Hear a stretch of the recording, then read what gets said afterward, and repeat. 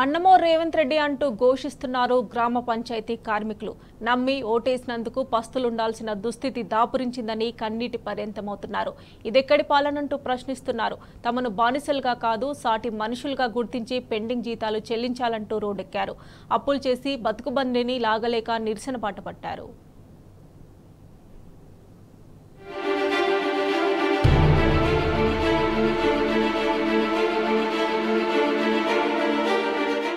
గ్రామాలను పరిశుభ్రంగా ఉంచి రాష్ట్రాన్ని ఆరోగ్య తెలంగాణగా తీర్చిదిద్దే సఫాయన్నకు పుట్టెడు కష్టం వచ్చింది.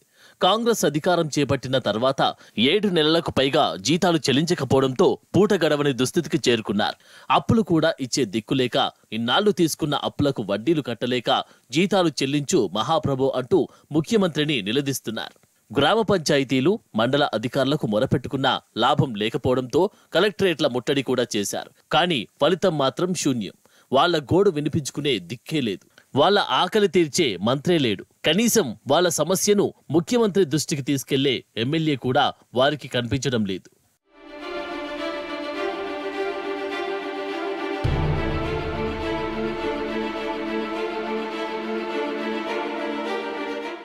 గ్రామ పంచాయతీ కార్మికుల జీతాల సమస్య ఒక ఖమ్మం జిల్లాకు భద్రాద్రి జిల్లాకు పరిమితం కాలేదు. యావత్ తెలంగాణ రాష్ట్రంలోని 62,000 మందికి పైగా కార్మికుల సమస్య. ఒకరికి నెలకు 9,500 రూపాయల నుంచి 12,000 రూపాయల వరకు జీతం చెల్లిస్తున్నారు. మొత్తంగా 7 నెలలకు పైగా పెండింగ్ ఉన్నట్లు కార్మికులు చెబుతున్నారు. అంటే ఒక్కొక్క కార్మికుడికి 60,500 రూపాయలు, గరిష్టంగా 84,000 రూపాయలు ప్రభుత్వం చెల్లించాల్సి ఉంది. సరాసరిన చూసినా ఒక్కొక్క గ్రామ పంచాయతీకి కార్మికుడికి ప్రభుత్వం 50,000 వరకు జీతం చెల్లించలేదు. ఏ లెక్క ప్రకారం చూసినా 310 కోట్ల నుంచి 400 కోట్ల రూపాయల మేర బకాయిలు పేరుకుపోయాయి. రేవంత్ రెడ్డి ముఖ్యమంత్రి పీఠం ఎక్కిన తర్వాత ఏ సఫాయి కార్మికుడికి కూడా ₹1 జీతం చెల్లించలేదు. గత 7 నెలల నుంచి 9 నెలల వరకు మా మండలంలో జీతాలు రావడం లేదు. ఎండిఓ గారిని అడిగితే గ్రామ పంచాయతీలో ఏమాత్రం కూడా డబ్బులు లేవని చెప్తారండి. మరి మేము రెక్కాడితే కానీ డొక్కాడినటువంటి జీవితాలు మాయి. గతంలో కూడా మాకు అధికారం వస్తే రేవంత్ రెడ్డి గారు ఏం చెప్పారంటే, మాకు అధికారానికి వస్తే మేము పెండింగ్ జీతాలు లేకుండా చేస్తామని, తర్వాత మల్టీపర్పస్ విధానాన్ని రద్దు చేస్తామని, మిమ్మల్ని అందరినీ పర్మనెంట్ చేస్తామని చెప్పారు. ఆశపడి మేమందరం వాళ్ళకి ఓట్లు వేసినామండి. పార్టీని చూడకుండా కూడా మేము కార్మికులం ఓట్లు వేసినాం. మమ్మల్ని మా బతుకులను బాగు చేస్తుందని కూడా ఏమాత్రం కూడా బాగు చేసే పరిస్థితులు లేదు. అందుకే రోడ్డుకి ఎక్కినామండి. ఏం మాత్రం కూడా పరిమిత వేతనం మాకు ఇవ్వటం లేదు. కనీసం ఏ నెల జీతాలు కూడా మాకు ఇవ్వటం లేదండి. మరి దయచేసి ఇకనైనా రేవంత్ రెడ్డి గారు మీకు అందరికీ దండం పెడుతున్నామయ్యా. మేము రెక్కాడుతున్నా డొక్కనటువంటి బతుకులు మాయి. మురికి కంపు శుభ్రం చేసి కాలువలను క్లీన్ చేసేది గ్రామ పంచాయతీ కార్మికులు. గ్రామాలకు అందంగా ఆరోగ్యంగా ఉంచేది తామేనని చెబుతున్న కార్మికులు తమ పట్ల చిన్నచూపు ఎందుకని ముఖ్యమంత్రి రేవంత్ రెడ్డిని నిలదీస్తున్నారు. సమాన పనికి సమాన జీతం ఇవ్వడం లేదంటున్నారు.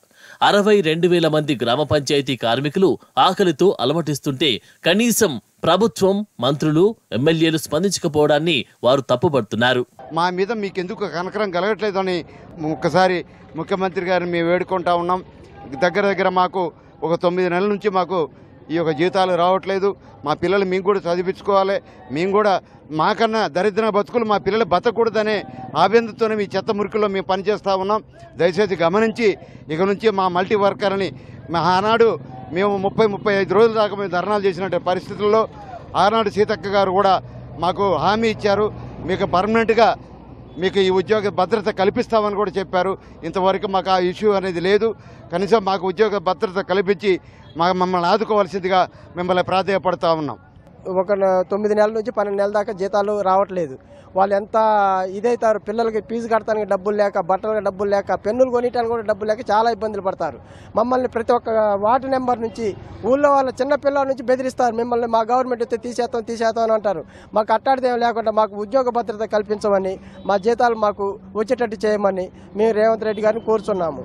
బట్టి విక్రమార్క గారు కానీ, మళ్ళీ శ్రీధరబాబు గారు కానీ వాళ్ళందరూ మాకు చాలా న్యాయం చేస్తాం, మా గవర్నమెంట్ వస్తే మీకు పర్మనెంట్ చేస్తామని అన్నోళ్ళు వీళ్ళంతా అన్ని మాటలు చెప్పిన వాళ్ళు ఈ రోజు వచ్చేసరికి మమ్మల్ని పట్టించుకోవట్లేదు.